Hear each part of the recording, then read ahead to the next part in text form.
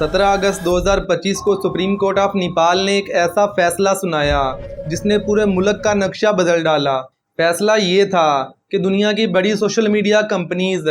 जैसा कि YouTube, Facebook, Instagram और व्हाट्सएप अगर नेपाल के अंदर चलना चाहती हैं तो इन्हें मकामी तौर पर रजिस्टर होना होगा,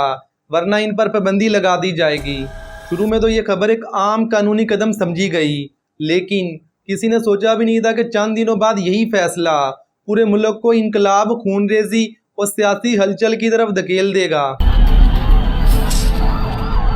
And they want to control us just like a dictator. सोचें, जिस दौर में नौजवान अपनी आवाज़, अपनी रोजी रोटी और अपनी पहचान के लिए सोशल मीडिया पर इन्हिसार करते हैं, अगर वो सब कुछ एकदम उनसे छीन लिया जाए तो क्या होगा। और बिल्कुल यही हुआ है नेपाल में, जहाँ पर हज़ारों नहीं बल्कि लाखों नौजवान सड़कों पर निकल आए और डिजिटल पाबंदी के खिलाफ इतनी तेज़ी से आवाज़ उठाई कि देखते ही देखते पूरा मुल्क मैदान जंग बन गया। पुलिस ने लोगों को सीधी गोलियां मारना शुरू कर दी, जिसकी वजह से सैकड़ों लोग जख्मी और दर्जनों लोग मारे गए। और देखते ही देखते हालात इतने ज़्यादा ख़राब हो गए कि सिर्फ चंद घंटों के अंदर ही नेपाल के वज़ीर आज़म के.पी. शर्मा ओली समेत दर्जनों वज़ीरों को अपने ओहदों से मुस्ताफ़ी होना पड़ा और अपनी जान बचाने के लिए नेपाल से भागना पड़ा। और जब नेपाल के वज़ीर खजाना अवाम के हाथ लग गए तो वहाँ के लोगों ने उसको इतना मारा कि जब वो बेचारा अपनी जान बचाने के लिए पानी में कूदा तो लोगों ने पानी के अंदर घुसकर उसको मारा। और जो भी कोई बड़ा ओहदेदार या कोई वज़ीर अवाम के हाथ लगा तो वहाँ के लोगों ने उनको मार मार कर उनका बुरा हाल कर दिया। और यहाँ तक कि वहाँ की पार्लियामेंट और वज़ीर आज़म हाउस में भी आग लगा दी। तो आइए फिर आज के इस वीडियो में हम जानने की कोशिश करते हैं कि कैसे सिर्फ चंद दिनों के अंदर ही नेपाल के अंदर इतना बड़ा इनकलाब आ गया, और क्या ये सब कुछ खुद ब खुद हुआ है या फिर इसके पीछे अमेरिका या भारत जैसी कोई फॉरेन इन्वॉल्वमेंट भी शामिल है। तो आइए फिर नेपाल के इस पूरे रेवोल्यूशन को गहराई से समझते हैं आज की इस वीडियो में।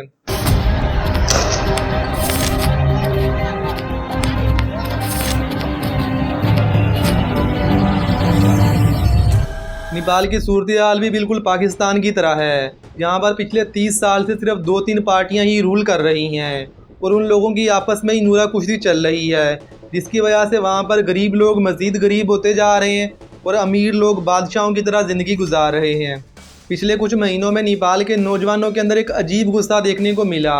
जहाँ पर वो अपने सियासतदानों के बच्चों की ज़िंदगी को सोशल मीडिया पर शेयर कर रहे हैं। और नौजवान सोशल मीडिया पर बार बार एक ही सवाल पूछ रहे थे कि आखिर इन सियासतदानों के पास इतना पैसा आ कहाँ से रहा है, जो इनकी फैमिलीज इस तरह लग्जरी ज़िंदगी गुजार रहे हैं। और इन तमाम चीज़ों को देखते हुए नेपाल की आवाम के अंदर भी गुस्सा बढ़ते जा रहा था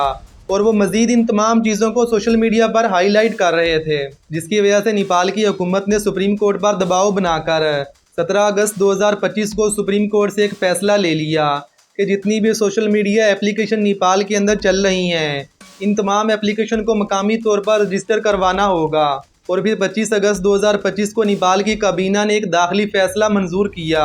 जिसके मुताबिक इन तमाम सोशल मीडिया एप्लीकेशन को अगले 7 दिन के अंदर रजिस्ट्री करवाना होगी। जो भी एप्लीकेशन रजिस्ट्रेशन नहीं करवाएगी उसको बैन कर दिया जाएगा। और फिर नेपाल की ministry of communication and information technology ने 25 से 28 अगस्त तक इन तमाम कंपनीज़ को नोटिस भेज दिए, जिसमें मकामी नुमाइंदे मुकर्रर करने और डाटा तक रसाई हासिल करने के तकाज़े शामिल थे। और ये सब कुछ करने के पीछे मकसद बिल्कुल सिंपल था, ताकि अगर हुकूमत किसी भी पोस्ट को या फिर किसी भी अकाउंट को अगर डिलीट करना चाहें तो उसको डिलीट कर पाएँ, ताकि सोशल मीडिया पर इनके ख़िलाफ़ जितनी भी आवाज़ें उठ रही हैं उन आवाज़ों को ये खामोश कर पाएँ। लेकिन यूट्यूब, फेसबुक, इंस्टाग्राम और व्हाट्सएप जैसी बड़ी कंपनीज़ ने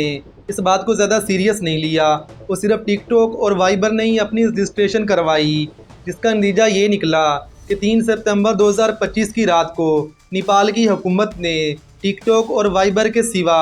26 सोशल मीडिया प्लेटफार्म को नेपाल के अंदर मुकम्मल तौर पर बैन कर दिया। और 4 सितंबर की सुबह जब लोग उठे तो सोशल मीडिया के नाम पर सिर्फ टिकटॉक और वाइबर ही काम कर रहा था, बाकी तमाम सोशल मीडिया प्लेटफार्म मुकम्मल तौर पर बैन हो चुके थे। लेकिन लोगों ने VPN लगाकर इन ऐप्स को यूज़ करना शुरू कर दिया और हुकूमत के इस एक्ट की वजह से लोगों के अंदर गुस्सा मज़ीद बढ़ गया, क्योंकि नेपाल एक गरीब कंट्री है वहाँ पर ज़्यादातर लोग टूरिज़्म को सोशल मीडिया पर प्रमोट करके या फिर फ्रीलांसिंग के ज़रिए पैसा कमाते हैं। लेकिन जब हुकूमत ने इन तमाम प्लेटफार्म को मुकम्मल तौर पर बंद कर दिया तो इन तमाम लोगों की रोज़गार बंद हो गया था और फिर लोगों ने टिकटॉक पर या फिर VPN लगाकर दूसरे सोशल मीडिया प्लेटफार्म पर हुकूमत और अदालती फैसले के खिलाफ मुहिम चलाना शुरू कर दी। और यहाँ तक कि ट्विटर पर भी #रिस्टोर आवर वॉइस जैसे हैशटैग ट्रेंड करने लगे। और फिर 5 सितंबर को नौजवानों ने नेपाल के कैपिटल काठमांडू में एहतजाज की कॉल दी और मुख्तलिफ इलाकों से नौजवान वहाँ पर आकर इकट्ठे होने लगे। लेकिन अभी तक वो तमाम लोग बिल्कुल पुरअमन एहतजाज कर रहे थे और सिर्फ सोशल मीडिया की बहाली का ही मुतालबा कर रहे थे। लेकिन अगले दिन 6 सितंबर को लोगों की तादाद बढ़ने लगी और पुलिस ने अवाम को मुंतशिर करने के लिए आंसू गैस और रबड़ की गोलियों का इस्तेमाल किया, जिसकी वजह से पुलिस और नौजवानों के दरमियान थोड़ा बहुत टकराव देखने को मिला। और फिर जब 7 सितंबर को लोगों ने सुप्रीम कोर्ट ऑफ नेपाल में सोशल मीडिया की बंदिश हटाने के लिए पिटीशन दायर की तो इसे अदालत ने यह कहकर रिजेक्ट कर दिया। इसके बारे में हम ऑलरेडी 17 अगस्त को एक डिटेल फैसला दे चुके हैं और सुप्रीम कोर्ट के इस रवैये की वजह से नौजवानों के अंदर गुस्सा मजीद बढ़ गया और 7 सितंबर की दोपहर तक सोशल मीडिया पर #बाईकाट ट्रेंड करने लगा। और 7 सितंबर की रात को तमाम स्टूडेंट अपने यूनिफॉर्म पहनकर सड़कों पर निकल आए और एहतजाज करने लगे और ये एहतजाज जेनजीज के नाम से मशहूर होने लगा। और फिर 8 सितंबर की सुबह तक लाखों नौजवान नेपाल के कैपिटल काठमांडू के मरकज़ में पहुंच चुके थे और दोपहर के बाद इन तमाम लोगों ने नेपाल के कैपिटल और दूसरी सरकारी इमलाक का रुख किया। और दोपहर के टाइम पुलिस और तमाम सिक्योरिटी अदारों ने अवाम को रोकने की पूरी कोशिश की और इनको काफ़ी हद तक पीछे भी धकेल दिया। लेकिन जब नौजवानों ने शाम के टाइम दोबारा कोशिश की तो हुकूमत ने शूट एट साइड का ऑर्डर दे दिया और पुलिस वालों ने नौजवानों पर सीधी गोलियां चलाना शुरू कर दी, जिसकी वजह से सैकड़ों नौजवान जख्मी और 19 नौजवान अपनी जान से हाथ धो बैठे, जिसकी वजह से हालात मजीद कशीदा हो गए और पूरे का पूरा नेपाल ही अब सड़कों पर निकल आया था। और फिर 8 सितंबर की इसी रात को इन तमाम नौजवानों ने पुलिस पर ही हमला कर दिया और ये हमला इतना तगड़ा था कि पुलिस वाले ज़्यादा देर तक सामने टिक नहीं पाए और वहाँ से भागने पर मजबूर हो गए। और फिर इन तमाम नौजवानों ने नेपाल की पार्लियामेंट और वज़ीर-ए-आज़म हाउस में भी आग लगा दी और इसके अलावा काफ़ी सारे बड़े सरकारी दफ्तर भी जला दिए। और फिर 8 सितंबर की इसी रात को सिर्फ चंद घंटों के अंदर ही पूरे नेपाल का नक्शा चेंज हो गया और वो नौजवान जो पहले सोशल मीडिया को आज़ाद करवाने आए थे, अब उनका मुतालबा वज़ीर-ए-आज़म KP शर्मा ओली के इस्तीफे तक पहुंच गया था। और जो भी कोई बड़ा सरकारी अफसर या वज़ीर अगर उस रात को आवाम के हाथ आया तो आवाम ने उसको मार मार कर उसका बुरा हाल कर दिया। और जब नेपाल के वज़ीर ख़जाना आवाम को नज़र आ गए तो पहले तो इन लोगों ने सड़कों पर उसे घसीटा और जब वो बेचारा अपनी जान बचाने के लिए पानी के अंदर कूदा तो नौजवान पानी के अंदर कूद कर भी उसको मारने लगे। और फिर 9 सितंबर की सुबह होने से पहले नेपाल के वज़ीर दाखिला रमेश ने इन तमाम 19 लोगों की मौत की जिम्मेदारी लेते हुए अपने ओहदे से इस्तीफ़ा दे दिया। लेकिन लोगों का असल मुतालबा तो वज़ीर-ए-आज़म के इस्तीफ़े का था, जिसकी वजह से 9 सितंबर की सुबह आवाम के प्रेशर में आकर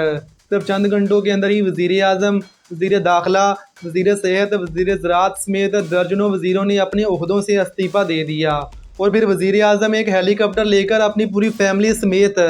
सिर्फ चंद घंटों के अंदर ही नेपाल से भाग गया, बिल्कुल वैसे ही जैसे बांग्लादेश से हसीना वाजद भागी थी। और अभी तक की सूरत हाल वहाँ पर ये है कि नौजवान वहाँ पर बहुत ज़्यादा गुस्से में हैं और फिर हुकूमत हो चाहे ओपोजिशन, दोनों के लोग या तो मुल्क छोड़कर भाग गए हैं या फिर अभी तक अंडरग्राउंड हैं। और कुछ इत्तलात के मुताबिक नेपाल की फ़ौज ने वहाँ पर आर्जी कंट्रोल संभाल लिया है ताकि एक पीसफुल तरीके से पावर का ट्रांसफ़र हो जाए और वो तमाम सोशल मीडिया एप्लीकेशन जो पहले बैन कर दी गई थी अभी उन तमाम को खोल दिया गया है। और अभी आने वाले दिनों में आपको सोशल मीडिया पर काफ़ी सारी कॉन्स्पिरेंसी थ्योरीज देखने को मिलेंगी कि इस एहतजाज के पीछे CIA का हाथ था या फिर भारत का हाथ था,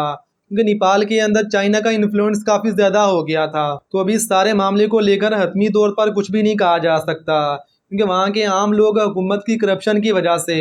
हुकूमत से बहुत ज़्यादा तंग आ गए थे। और अगर सारे के पीछे कोई फ़ौरन इन्वॉल्वमेंट हुई भी वो आने वाले दिनों में सामने आ जाएगी। अल्लाह हाफिज़।